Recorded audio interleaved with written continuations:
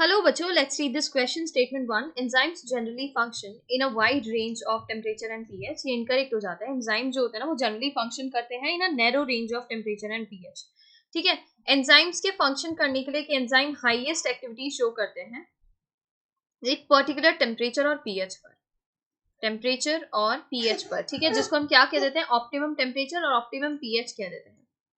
Optimum temperature और optimum pH. ठीक है. ऑप्टिमम टर्म उसके लिए आता है वो पर्टिकुलर टेम्परेचर जिस पर एंजाइम की एक्टिविटी हाईएस्ट होती है.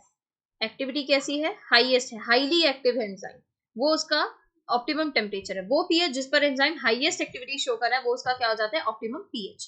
ठीक है, तो यहाँ पर ये कहना कि जनरली फंक्शन करते हैं wide range of temperature and pH, तो ये इनकरेक्ट है. एक नैरो रेंज में ही काम करते हैं. आप देखते हैं अगर एंजाइम का ऑप्टिमम टेम्परेचर है 25 या 35 डिग्री सेल्सियस, उस पर वो हाईएस्ट एक्टिविटी शो कर रहा है. अब आप टेम्परेचर दे दीजिए 45 या 55, तो इतने हाई टेम्परेचर पर एंजाइम क्या होगा? डीनेचर हो जाएगा, क्योंकि मोस्टली एंजाइम्स क्या है? प्रोटीन्स हैं, और प्रोटीन्स क्या होते हैं? डीनेचर हो जाते हैं हाई टेम्परेचर पर. ठीक है, तो ये क्या हो जाता है? इनकरेक्ट. स्टेटमेंट 2 में दिया है high temperature preserves the enzyme in a temporarily inactive state, तो ये क्या हो जाता है?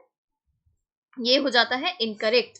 लो टेम्परेचर जो होता है ना, लो टेम्परेचर प्रिजर्व कर देता है एंजाइम को टेम्पररीली इनएक्टिव स्टेट में, बट हाई टेम्परेचर जो होता है वो तो डिस्ट्रॉय कर देता है एंजाइम को. ठीक है, तो यहाँ पर ये स्टेटमेंट इनकरेक्ट हो जाता है. Statement 1 and 2 both are incorrect. Option D is correct here. Statement 1 and 2 both are incorrect. C में कह रहे हैं statement 1 is incorrect, 2 is correct, ये गलत है. Statement 1 is correct, statement 2 is incorrect, option D is incorrect here.